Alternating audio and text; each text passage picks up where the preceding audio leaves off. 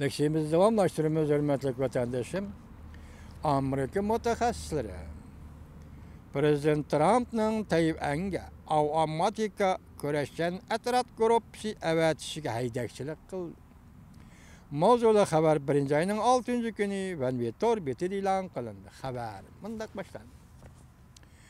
Jungo yaqindan beri harbiy aeroplan avatib Tayvanni aylanib chiqqanlikdan öz aldığı M503 numaralık hava yolu açıp öz aldığı M503 numaralık hava yolu açıp şimalga katlamakçı bolğanda Amerika iqlim meseleleri obzorchileri Amerika Qo'shma Shtatlarının prezidenti Trump'a haydakchilik qilib avtomatka kurashchi atrat gruppasi avatib Jungoga tahdid paydo qilishni talab qildi.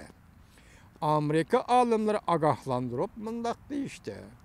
Jungo rəhbərləri Jungo'nun içki qismini muqamlaşdırğandan keyin dəstləb turib olib, çoxum taşqırığa kengaymichilik qildi. Xabarda mındaq ko'rsatildi. Yaqindan beri Azadlık Armiya hava qismlari Tayvanni aylanib uchib, ya'ni M503 shimol havo liniyasini ochib, Tayvanda jiddiylik paydo qildi. Washington kuzatkichi gazeti maqola e'lon qilib mundaq hisobladi.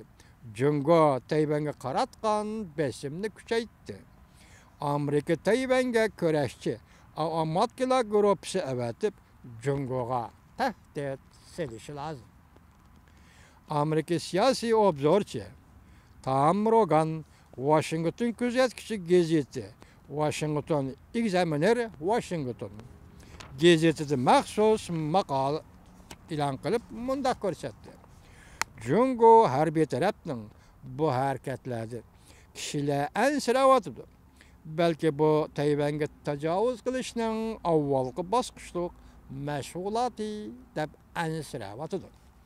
Rogan mundaq hisobladi. Amerika Qo'shma Shtatlarining prezidenti Trump Amerika avtomatkilarining Tayvanga yaqinlab kelishiga buyruq berib, Tayvanni kapolat bilan ta'minlab Jungoga tahdid selishi lozim. Bu harakat o'xshashla bir vaqtda Amerika dengiz armiyasining Jungoga yaqin yerda qimmatlik harbiy mashg'uloti o'tkazishni qimmatlik fursat bilan ta'minlaydi. Xabarda bundaq ko'rsatildi. Jungo'nun reis Xi Jinping növbetde yeni yıl ta'lim-tarbiya buyrug'ida Azadlık Armiya ofitser jangchilarning qiyinchilikdan qo'rqmaydigan, o'limdan qo'rqmaydigan bo'lishini talab qildi. Hozir mushishvar xalqaro matbuotlarning ayt qizg'in munozara bo'lib o'tadi. Bu ish Roganni ansiratdi. Xi Jinping huquqni mustahkamlagandan keyin o Jungo'nun chet eldagi ta'sirini kengaytirdi. Xi Jinping huquqni mustahkamlagandan keyin deydi amerikalik mutaxassis Rogan, Jungo chet eldagi ta'sirini kengaytirdi. Rogan bundaq ko'rsatdi. Jungo Janubiy dengizda harbiy aslahalar qurdi.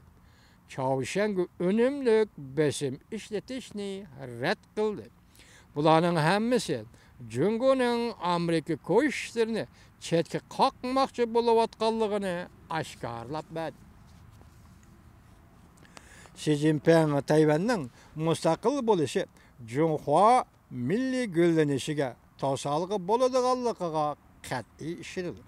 Shunga Jungo'ning Tayvanga yeni bir şekilde tajovuz qilish mumkinligini chetga qoqmaydi.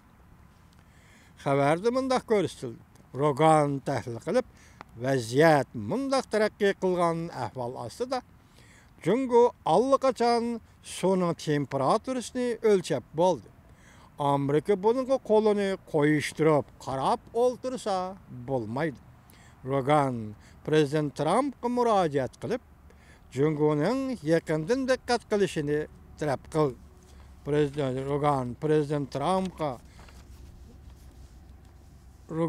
Prezident Trump'a murojaat qilib, Jungo'ga yaqindan diqqat qilishni, Jungo'ning emas, Jungo'ga yaqindan diqqat qilishni talab qildi. Şundaqla Prezident Trump Tayvan'ın Amerikaga, Tayvan'ın ihtiyacı boyunca harbiy qural yaraq setip beriş doğrusidagi talaplarının mazmunini inchkilik bilan tushunishi lozim deb ko'rsatdi. Rogan yana mundaq ko'rsatdi.